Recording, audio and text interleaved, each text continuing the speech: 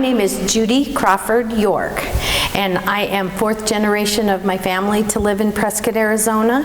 My family's the Rieblings and the Russells and the Crawfords. Came here starting in '03 and '07 and then 1935. So my parents have grown up here, my grandparents have grown up here, and some of the people on our dais today are going to share their wonderful Prescott stories with us.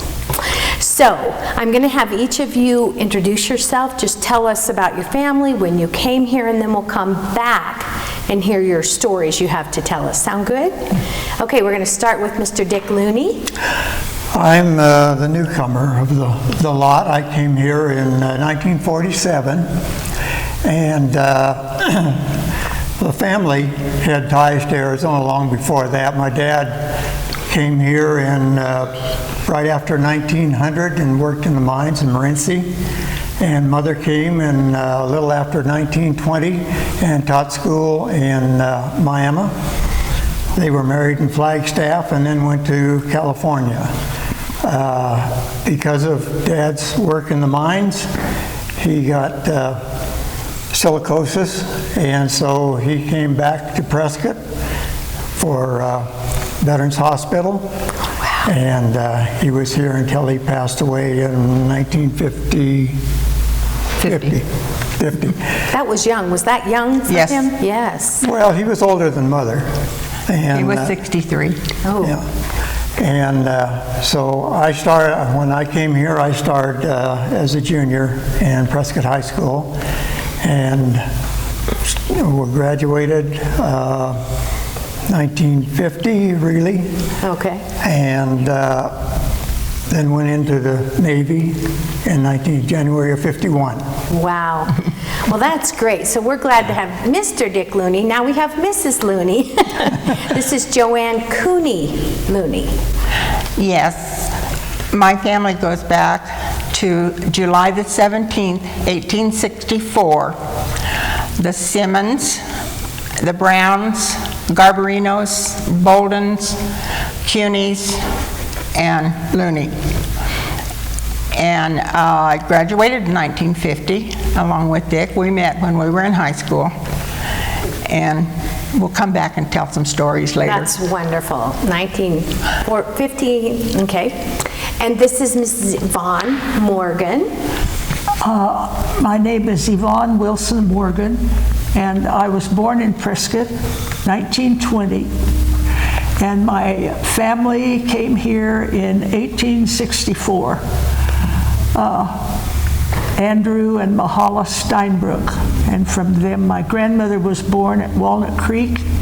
My dad, her first child, was born in 1888 on Banning Creek, and he married my mother in 1917, and she was born on Granite Creek, or Granite Street in Prescott. Wow. And I graduated from high school in Prescott in 1938. 1938. Is that, did we decide Walt Minucci's class? No, that was 1 year after Walt. Walt. He was 37. Yeah. Oh, that's wonderful to have you all. Okay, Wally Warren. Correct. Actually, it's Walter Warren, but I go by Wally. My family came here in the 1800s. My grandfather was a soldier out of Fort Whipple, and so he got tired of soldiering and he took out a homestead, and it was more or less one of the last homestead given out, and it was in Government Canyon, of all places. My father was born in Whipple Barracks, Arizona Territory, in 1897. Oh my God. I went to school here. I went to Jefferson School, Washington, the junior high and the high school, but I had the wanderlust and left and spent 20 years in the Navy. So what would have been your graduating year? 49. 1949. So you all would have been at the junior high that was on the hill on Gurley Street, graduating. Right. Perfect. Okay, Dr. Joe McNally. My grandfather, who was an Irish immigrant, with his wife, who was also an Irish immigrant, came out from San Francisco by way of the railroad in 1882. He was the regional surgeon for the Santa Fe in this area. And they raised a family here, of which my father was part of, and he was born here in Prescott and had a practice here for 40 years.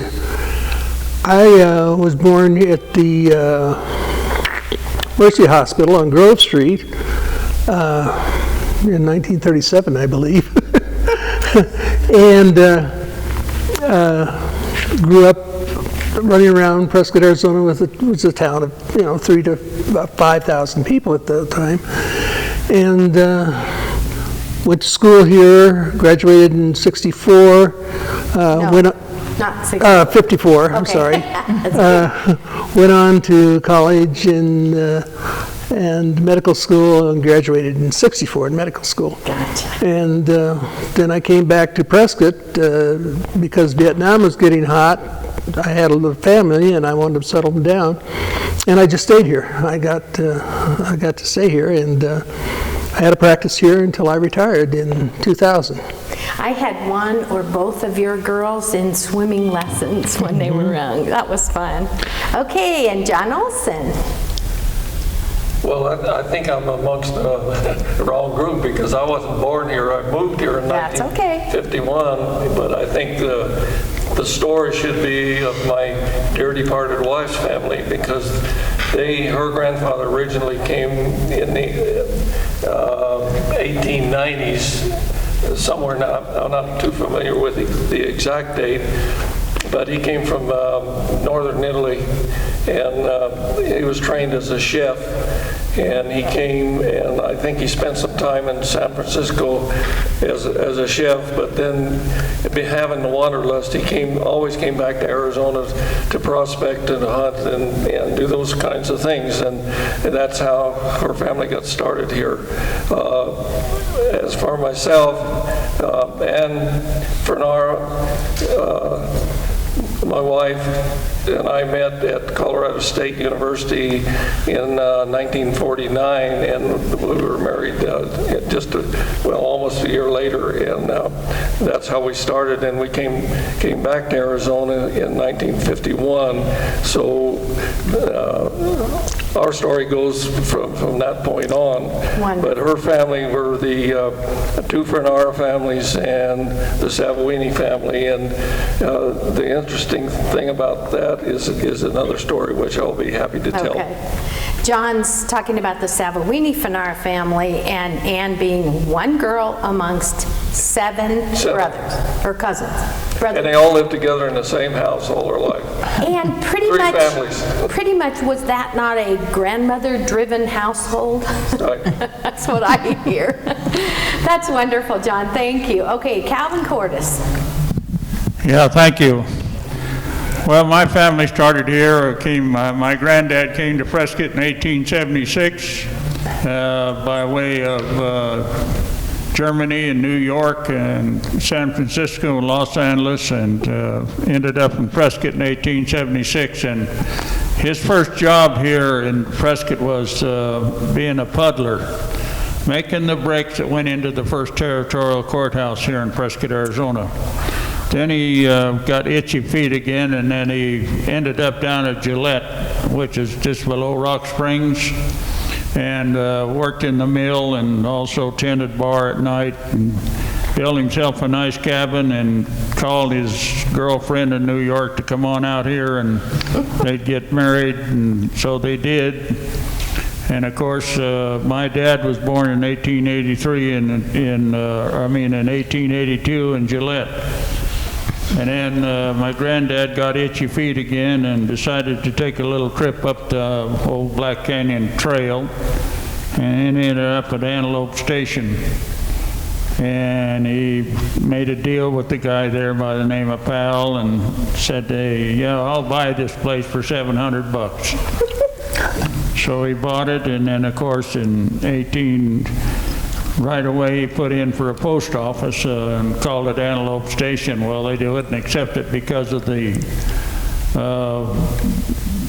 conflict with the one down by Yuma. So he filled out another application in 1896 and put Cordis at the top of it. And so we had a post office at Cordis from 1896 to 1954. As far as myself goes, I went to school in Mayer for 6 years, about 6.5, because I had to lay out a half a year because of infection, and thank God for CC doctors that they saved me.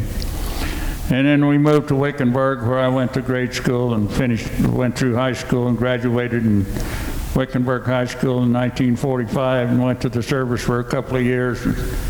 Came home and worked and then went to college, and I got some more things to say after that, but that's what I got for now.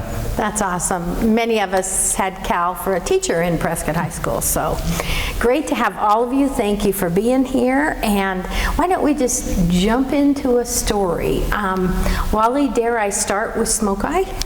That's fine. Let's do that. Smoke Eye has been part of my life for many years, and it's no more really, but we still have our museum. So tell us in the early days of your being involved. Well, I wasn't early because when I retired from the Navy, I came back in '66. I did live on a house when the museum was being built, and I used to come down and play in the rock piles because they carried all the rocks and everything in for the museum, and also for the armory. So when would you have said that? In the 30s that Yeah, they built? about 35. About 35, that's what I thought. I think Yeah. the post office was built in 35, and I thought that the museum started at least in 35. The museum was built in 35. The Pueblo was built in 1930, and the Pueblo was built by the members. And if we ever have an atomic bomb, that's where I want to be, because all the walls are reinforced with railroad tracks. So, and the thickness of that, the walls is just about a foot thick. So you're saying tracks as in the steel? The steel, tracks. yes. Not ties, tracks. No, tracks. Now, are you talking about the Pueblo that's at the rodeo grounds? No, or the I'm Pueblo, talking about the Smoke Eye Museum? By the Smoke Eye Museum. Wow. Wonderful news. Any of you involved with Smoke Eye in your lives, your parents, your family? That's interesting because it's all we did in the summertime. It was people who did Smoke Eye were there all the time. And my mom and Bill Shepard were real involved with making the signs that you see out on the streets now, so that was fun. Okay, where else can we start? Joe, you had a dad, when you said your dad was in practice, you meant medical practice. Oh, yes. So your dad was a doctor too? Mm-hmm. And With you have 3 a brother- generations of us. You have a brother who's a doctor. Right. Okay, then. Well, the story I thought I had to think of a lot of things. I mean, the old fire horn that used to go off at 8 and 2 every day, the Jack Whitney's old mill. There's a lot of things, but one of the really premier places in Prescott was a place called the Rex Arms. Why are you laughing? So it was the last brothel in Prescott. And I have to tell you how I was associated with it. I was 11 years old, and I had a job at Max Market on Cortez Street. And my job was, they'd take orders, and I'd put the orders in a bicycle basket and paddle all around town delivering them. And one of my clients was the Rex Arms. Now, the Rex Arms was located at the corner of McCormick and Gurley on the northwest corner. Where Chase Bank is now. Where the Chase Bank is now. And it was on the second story. And down below was Johnny Rivetto's bar. And that was mainly a miner's bar for miners to come in and they drink. But there were two entrances to the Rex Arms. One was from the Gurley Street side, and that was a nice glass door. And the other one was through the back way, up fire escape, and over and down, and then you knocked on the door. And that's why I went there. Now, the lady that ran the place was beautiful. Would you call her a madam? Well, I never did, but Was that how we might describe her job description? she was a lady that I think was from the Caribbean. I think, anyway, she was absolutely gorgeous. Her makeup was always perfect, her skin was flawless, and she wore the most beautiful gowns, I mean full-length gowns, and she ran the place. And I mean, her name was Ray, nobody gave Ray any problem. And when I'd go up delivering groceries, of course, I'm the only one that could go up the back way, because if you're going to be a client of theirs, you had to go up that front door and up those front steps. But I was kind of special, I guess, at 11 years old. So I'd go up and I'd knock on the door, and either Sweetie Pie or Cutie Face or one of the girls would come by, and they'd grab me, oh, how cute, and I just hated it. Oh, God. Yes. I mean, I'm here to deliver groceries, and I didn't know the thing of it is, I could pedal all over town, but if I went there, Ray always saw that I left with a tip. I love it. And I really appreciated that. The epilogue to the story is that one time I was down at the J.C. Penney's, where the Bashford courts are now. And it was several stories, but it only had, the main area was down on the first floor. And what they used to do was the sales clerk would take your money and put it in a little cylinder and put it in this machine and pull the thing, and it'd go up to the top, and they'd make the change, and then they'd pull it and then come right back down to you with the correct change and that sort of thing. Anyway, I was in there one time with my mother and my dad. We were kind of just looking around, and here comes Sweetie Pie. And I say, hello, Sweetie Pie. And she says, hello, Joe. And my father says, hello, Sweetie Pie. Hey, then. And she says, hello, doctor. And my mother turns around and says, where do you know her from? Oh, that's wonderful. Outed at J.C. Penney's. Yeah. Oh, that's wonderful. Anybody have a story to add about the Rex Arms? Tell us, Joanne. No, not about okay. the Rex Arms. I can go to J.C. Penney. Okay, go to J.C. I Penney. worked at J.C. Penney's in 1950 and 51 when I got out of high school. And he was right about and everyone remembers the little cylinders that you put the money in, and then you had to pull hard, and it went on two little wires that went up to the office, which would be the upstairs of the brewery now. It had to travel up to the office up there. They would make change, and then they'd turn it back loose when they made the change. They turned the little cylinder loose, and it would come down. Oh, that's awesome. So do you remember that during our time? Do you? Oh, see, I have a bad memory, so it happens. Well, no, it was gone by the time you came along, I think, because by that time they started getting cash registers. But all the J.C. Penney's around the country had the same setup, so people that's remembered classic. that. Did you have something to add? Yeah.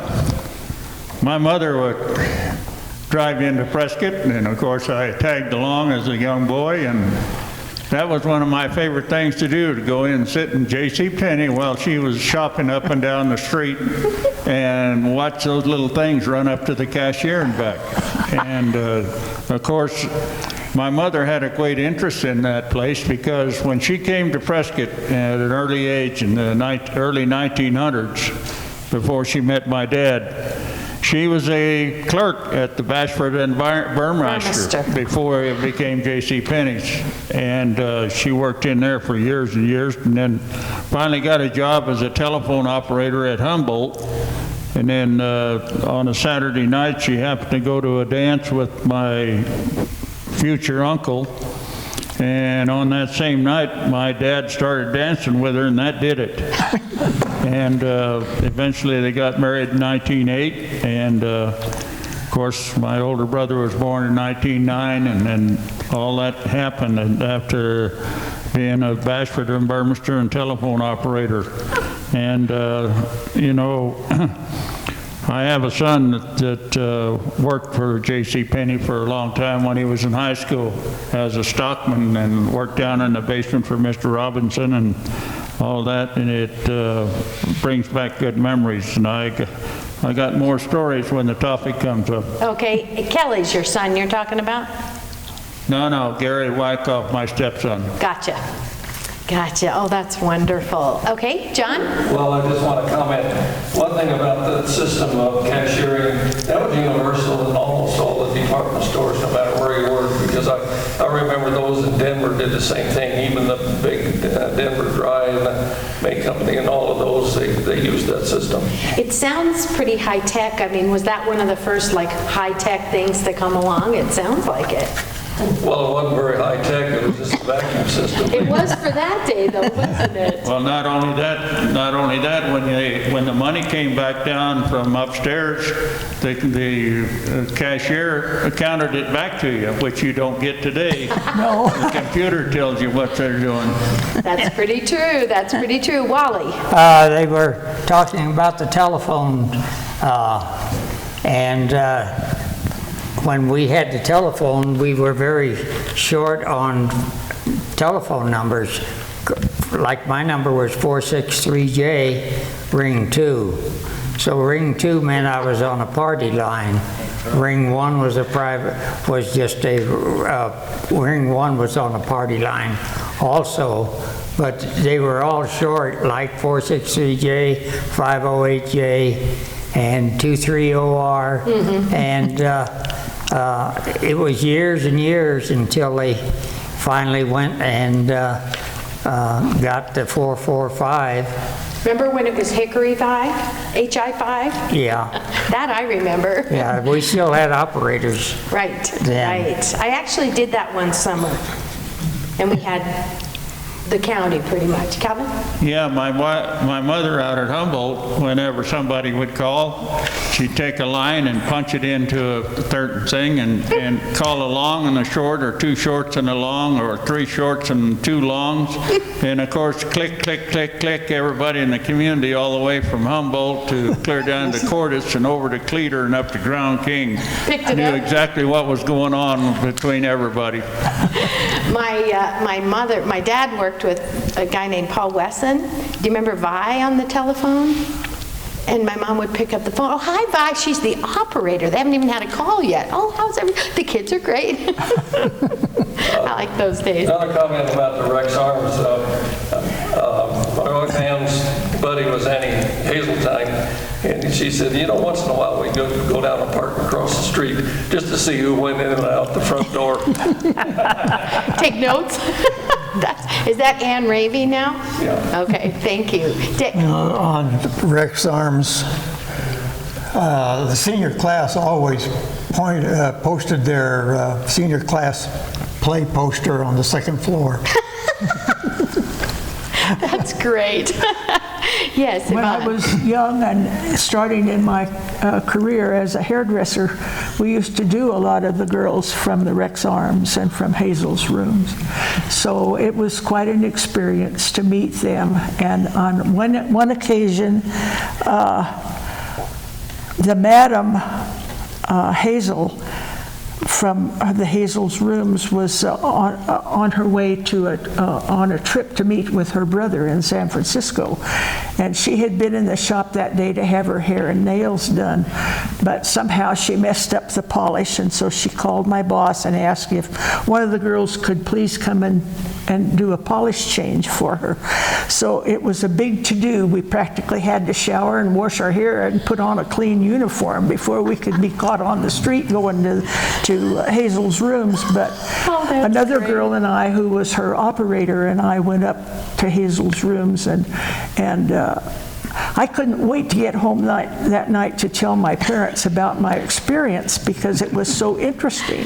So many things to see and to hear, and witness, and we stayed hours longer than we should have because Hazel had a wonderful hat collection that she shared with us. And so in the meantime, though, my mother and dad had a friend who ran a beer truck in Prescott, and he happened to see these two women go up the stairs to Hazel's room.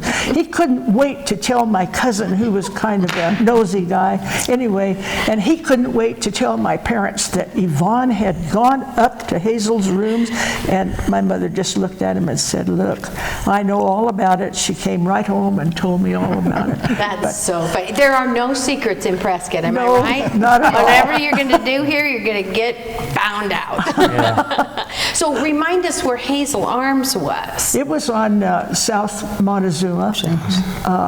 Oh, okay. Is that kind of where Canario was, or No, that was a hotel? It was in the first block, down below the White Cafe, which was on the corner. Oh, my. Right in there. Where the stairway goes up, it's still there. Gotcha. Yeah. Gotcha. Okay, that's not where I thought it was. Is that Galloping Goose now? No. Next door to it. It's north of that. Okay. Beware. Wow. Quiznos. That's awesome. That's awesome. Oh my goodness. Well, that was a pretty big storytelling thing, wasn't it? And remind us where your shop was, where you did hair. Oh, first I worked at the Bashford Burmester store in 1939. I worked for a lady by the name of, write it down, Wally. Write it down. You remember everything. I can't remember her name right at the moment, but the manager of the beauty shop I remember was Babe Jackson was her name. Babe. And that was my first job. And then my second job, where we had all this clientele from the two bordellos, was at Norma Ray's beauty salon on North North Cortez. no, Union? Montezuma, North Montezuma. Oh, on North Montezuma. Yeah. Okay. Right next door to where right where the Mexican place is now. El Charro? El Charro. Right there in Yeah. that. Oh, wow. That area. Yes, I Okay. worked there for about 16 years. Oh, awesome. Good to know. Cal? Okay, I told you about coming to town and watching in J.C. Penney. Well, after my mother would get through shopping, we'd go down to Ensminger drugstore and go in there and get a sandwich. And guess who served that? A guy by the name of Jack Whitney. Oh, my. And he was behind the bar there, and of course you could get a sandwich and a milkshake or a drink or something like that for about 50 cents. And then, of course, That's great. you know, we had automobiles at our house down at Cordis that my dad, the first one that I got to ride home in, when I was born at the Mercy Hospital, and I got to ride home in a 1926 Buick that was bought from Bill Byers' garage, which is there by the Charlotte Hall Museum. And then later on, of course, my dad traded that for a Buick from Bill Byers. And then later on, he didn't like the Buick, so he went to Roxy Webb and bought Fords for a couple of years after that. Then after he retired and moved back to Cordis from Wickenburg, he bought a Chevrolet pickup from Buco Motors, which was down on North Cortez. Right. So all these car dealers, you know, were interesting in, you know, your dad's car dealership, and then of course McIlvain's, and then what was the name of the garage next to the Chamber of Commerce? That was, starting to say Cabado. Klein. Klein's? Yeah, Bill And then- Klein. right. Isn't that where Ernie Bukov was? Yeah, Yeah. right. He wasn't there? Buco was up next to Willis. Oh, I Willis see. and Cortez. Oh, so that's where Lamb ended up coming in. Klein was on the corner of Goodwin and Montezuma. Montezuma. Okay, great. I got to say something else about the car situation. My dad came in with Roxy Webb and decided he wanted a special car made. with 18-inch wheels and a special rear end and everything to pull a trailer house with. So he come in and picked that car up, and on his way home, of course, down the old Black Canyon Highway, he got up on what we know as Jackass Flat. It's up on the top of the hill there on the old Black Canyon Highway, and he got home and he said, boy, this little old car with this 85 horse motor in it, it can really get up. He said, I had up to 65 miles an hour on Jackass Flat. That's great. So a lot of people don't know what Jackass, a lot of them think Jackass Flat's where Prescott Valley is, but that's not so. Good, keeping us straight. Joe? Well, I'll tell you a story about Jackass Flats. Okay. In my college days, in the summer times, I used to work at, the highway department. But one year I worked at the Iron King mine, and I was an electrician, and I went all over the mine and did whatever I had to do, but I got to know all of the miners. And when I came back to Prescott with a medical degree and a residency behind me, I got a call from one of them and said, Roky Robles, it's the 2,100 foot level and we've had a cave in and he's up to his waist. Can you come out and give him a shot? And I said, well, sure. So I had the cutest little Jaguar, 1953 Jaguar that was just hot as could be. I jumped in it with my little black bag and took off. Now, we had two highway patrolmen around here in those days. One was Homer Keaton, and the other Homer Keaton, and the other one was Johnny Lubasich. Johnny Lubasich. And so I was tramping across. Now, Jackass Flats was on the right, and Lonesome Valley was on the left of the highway, as far as I can recall. And there was nothing out there in Prescott Valley. It was just wood mill well out in the middle of Lonesome Valley. That's the only thing that was out there. Anyway, I'm going across there, lickety-split with my foot to the wall, and I look over, and there's Homer Keaton.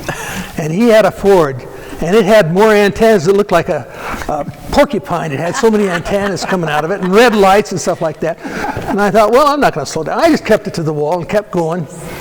And went out to the mine, went down, and I did my little thing and came up, and one of the guys, hey, let's go down to the Humboldt Hilton and have a beer and play some bumper pool like we used to. And I said, oh, yeah, that's a good idea. So we go down to the Humboldt Hilton, and we're playing bumper pool, and in walks Homer Keaton. He says, whose Jaguar is that out there? And I said, mine, sir. He says, how fast were you going tonight? I said, 60. He says, oh, that's bullshit. He says, I radioed ahead and you'd already passed them. So you got past the second. Oh, that's great. I love it. The Humboldt Hilton. Was that a bar or a restaurant? That was right on 69. It's still there. It's not called the Humboldt Hilton anymore, but it was right where you turned in to go to the Iron King mine, you came out, you take a left, and it was just off to the right there. Oh, it's on the right side of the road. That's just wonderful. I love it. That's great. That is great. Okay, let's talk just a minute about the hospital. So when you became a doctor, were you where you have YRMC is now? Yes, it was called John Community. Yeah, right. John knows all about that. He was the chairman of the board of directors for years and years. Okay, so there was a little question, the last one of these we did, about Mercy Hospital burned in 40. Right. So were lots of you born in Mercy Hospital? I was. Okay, and you weren't born here? I thought you both were. My grandmother had a maternity home on Summit Street, 212 Summit Street, and many of the ranchers or farmers, people from outlying areas mostly, were born in my grandmother's what was her name? Home. Her name was Bolden, Laura Bolden. Is that what you were trying to think of? Laura Bolden. That lady's name was Lennox. Right, Miss Lennox. That's what there they were said. several and she in was town. like up on Marina Street, maybe further south. I think it was Mount Vernon. Mount Vernon. There was one on Mount Vernon. There was one on Sheldon. There were several maternity homes so babies in Prescott. were birthed there, not necessarily in the hospital. And 66. Like Lee Carter was born there. A lot of the ranchers, like I say, the ranchers, Marvin Todd, Jody Whitney. Joanne Whitney, Rice. That's when you And it started cost practice. $50. But you You were had to born. stay 10 yeah. days. I remember that. 10 days That before you was- stood up. Yes, that was the room and board and all your needs. And then the doctors got paid chickens or goats or whatever they happened to get paid to deliver the babies. Ironically, Dr. Looney delivered me at birth, and then I married a Looney. Now, Not related. Dr. They, Lindy? well, way back when the first ones came to America, they were related, but that's a long story. Gotcha. But no, that was just a flip of fate that I was, I was. So then, who went to Jefferson School? Wally, you did. It's just Wally? Oh, you all three did. Okay, so there was a little discrepancy as to when Jefferson School became Prescott Community Hospital. Do you have a pretty good idea of the date? We just had pictures at Charlotte. I volunteer at Charlotte Hall Museum, and we just were putting pictures up, or the volunteer was putting pictures up of the hospitals, and he came in and asked me, he said, what was Jefferson School have to do with the hospital? And I said, when Mercy Hospital burned in 1940, Jefferson School was going out as an elementary school, so they made the hospital in the old Jefferson School, which was at the end of Marina Street. Right, which was where I was born, but Was not it? until the late 40s. So were you Right. born there in 40? Patty, were you born there in 48? Okay, so it was My open grandmother and it died. was open in 46 and 7. But some of the last crowd thought maybe there was not a hospital from 40 to about 44, 45. No, that was not. Community hospital at the Jefferson School was made about sometime in the 1940s or 1941. It was Okay. after. So not too Mercy. long after the fire. No, but at that same time, there was a Yavapai County Hospital that was out at where the Yavapai Regional Hospital is now. That was the county hospital. And they had a lot of TB patients there. They had a special TB ward because of that. And it was that had always been there. So that was a hospital that was in existence when Mercy Hospital. And then in your day, Jill, they moved Prescott Community Hospital into that facility. Yes, but even before that, the county hospital Changed over. was the county farm, really. Right. And where all of that place south of the cemetery now was farmland. And there was a big house there that you turned into, you turned off the right, and off the right of that was another house. And that was the pest, what they call a pest house. If you had a communicable disease or, and I'm telling you, you walk into that place and it smells so bad, it made you want to throw up. But So that was like quarantine. yeah, But the main hospital had wooden steps that you went up to, and I remember those. And I remember going there with my dad, and Dr. Bourne, and that sort of thing. And it was a decent hospital. I mean, it wasn't, like today or anything like that, but for its day, it was all right. Wow. And so, John, you were part of the... Well, I probably know more about the history of that evolution of hospitals, except for Joe being here was more familiar because his dad was one of the 2 or 3 physicians that were here. I don't think there were more than that. Maybe there was 4 or 5. But the Jefferson School was the only option they had to have a hospital of any kind after Mercy burned. But I remember Joe's father built the building on the corner of Summit and Gurley, and it's now Catholic Charities, but that building was built to take another story on top of it in case it continued. But that, for a short time, was really the only county hospital that there was. I went on the hospital board in around 1960 when it was still down at on the end of Marina Street. Right. And 3 of our children were born there. A community hospital idea was put together by a number of people. Elizabeth Ruffner was one of them, and let's see, the county supervisor that had the drugstore. Marvin Rohr. Marvin Rohr, yeah. And he's the one that convinced me to go on the hospital board, which I did, and so I was involved in that evolution of building the new hospital. The way that worked was they formed a hospital district which had taxing powers so that in case it was needed, they wouldn't be able to keep the hospital going. The new hospital site was opened in 1964. Okay, 64. And I was chairman of the board for a number of years. And that was a great experience. A private room was $18 when they opened that hospital. And it's, as Joe said, that was the county poor farm. That whole area up there where the high school is and the hospital is. The county hospital was a building, but the counties are responsible for indigent health care, and that's really all that was in it. And so the community hospital absorbed that and took care of the indigents for a number of years till it became invisible. You know, it was really tough in those years because sometimes if we didn't make 65% occupancy, we had to go borrow money to make payroll. Oh my goodness. 60% occupancy? 64, yeah. 64. Bless her heart, Mitzi James, who was a philanthropist at that time, would come along with 10 grand or 20 or whatever it was, and we'd take a note and she'd never collect the money. So we survived kind of on that, in that way. But she's still doing that today, isn't she?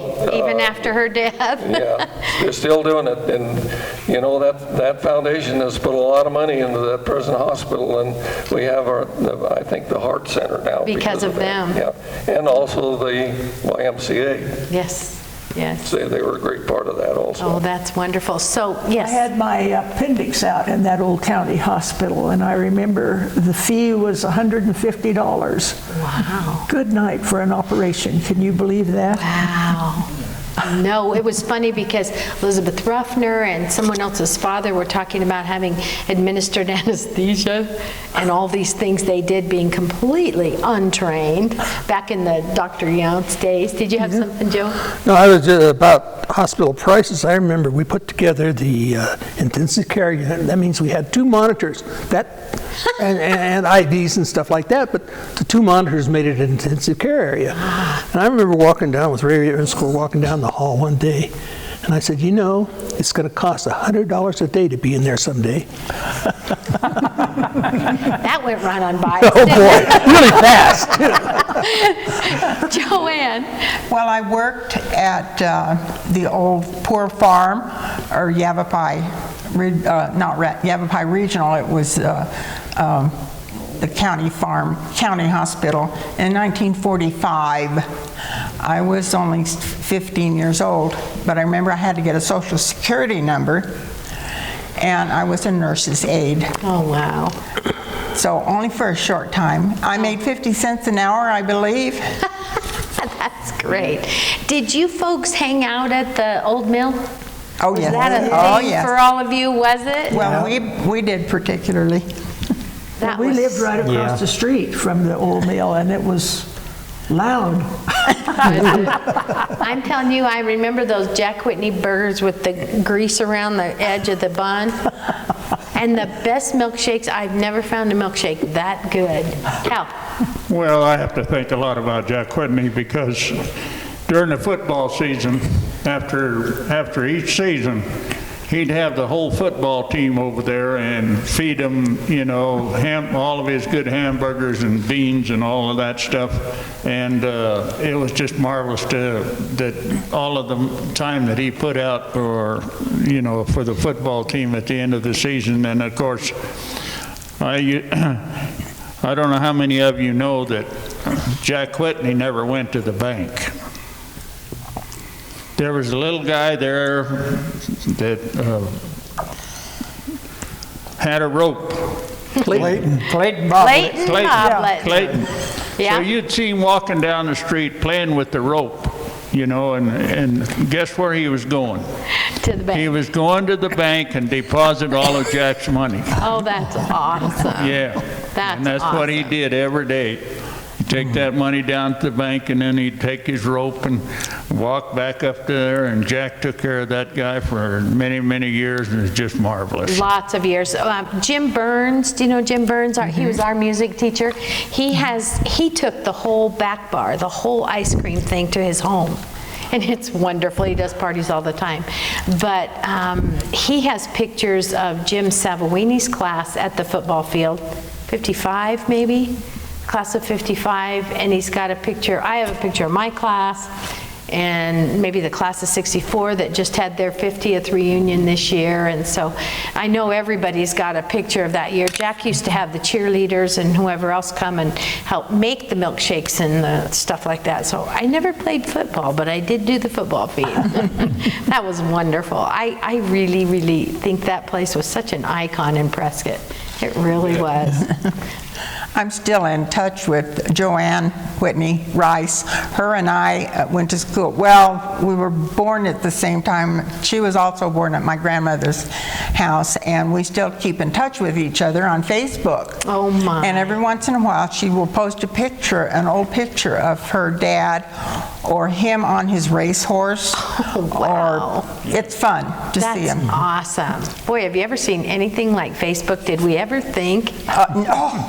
Did we ever think that would come along? I just love it. I think it's great. Wally. I'm going to change it just a little bit and talk about the rodeo parade. Great. As they remember that anybody who rode in the rodeo had to be in the parade. If you didn't be in the parade, you wasn't in the rodeo.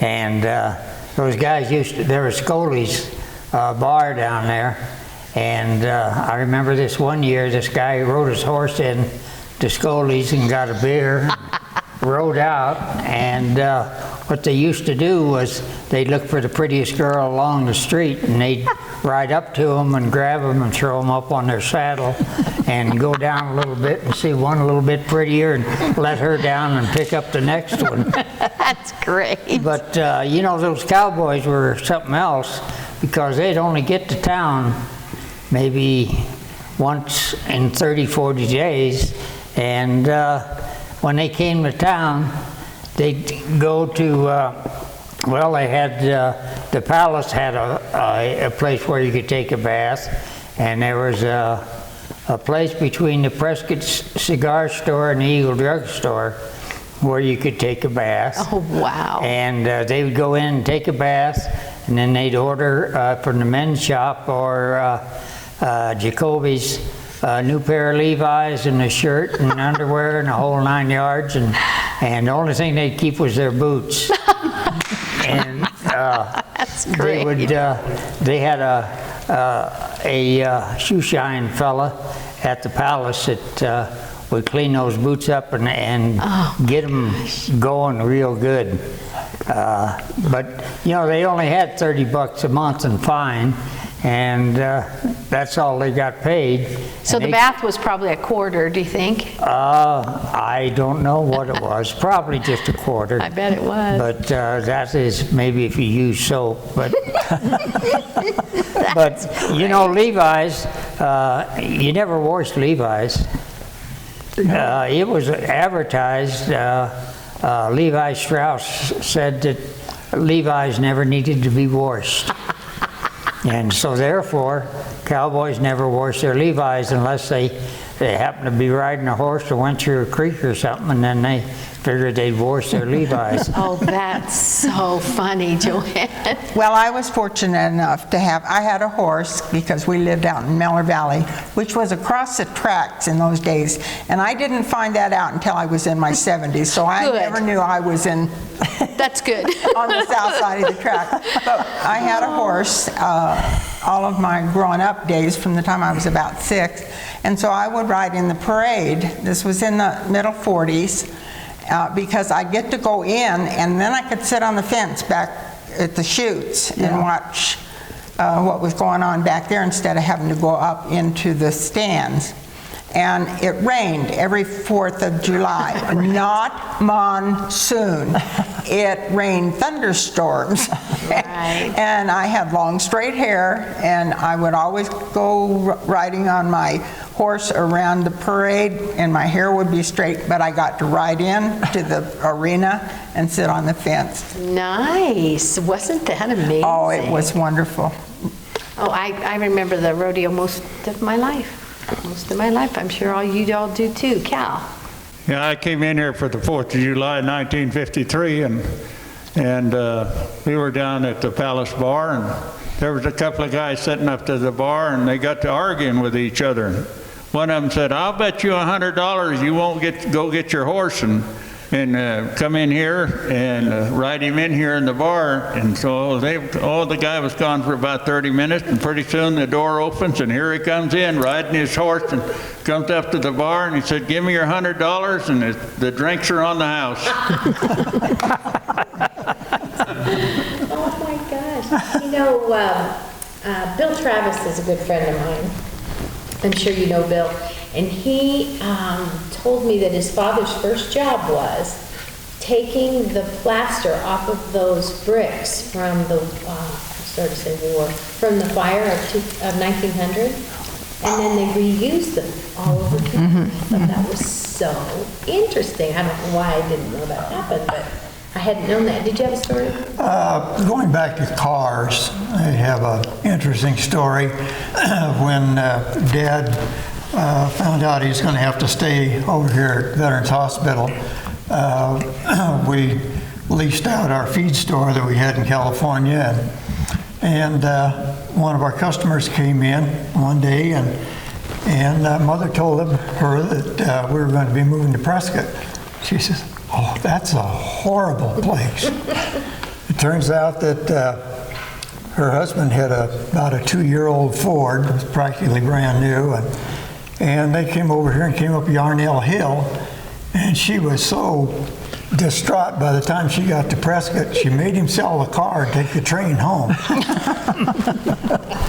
I still sort of feel that way about that. Like White Spar at all. Oh, that's wonderful. Oh, that's great. You know, Mary Fran Ogg, Jack Ogg's wife, she was a mentor in my life, and she took us on the last train out of Prescott, the last passenger train went to Skull Valley in about 61, I think it was. And then a car picked us up and drove us back. I miss the train. I don't miss the intersections waiting for the train. I miss having a train in Prescott. Yeah. I miss the sound of the train. Yes. Oh, yes. I just miss that terribly. And the big roundhouse. Yes. Around, that was awesome. Yeah?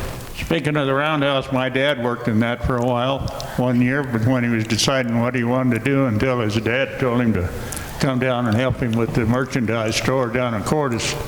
And then speaking of the railroad, of course, you know, after it was taken out here, and during the big snowstorm in 1967 when we had 4 feet of snow, well, Red Higley was our, city maintenance man. So we were pushing snow because they borrowed our equipment from the school, and I was on a TD-18 bulldozer pushing snow all over town. So Red Higley decided we needed some help. So he called up Phoenix and had them bring up 3 road graders on the railroad. And they unloaded them downtown here, and they got out and they were grading some of the roads around here, and then all of a sudden, Red was calling me, or Bill Lowe was calling me to go over and pull them out of a ditch. They'd never been used to pushing snow, so I spent a lot of time pulling those road graders out of the ditch around town.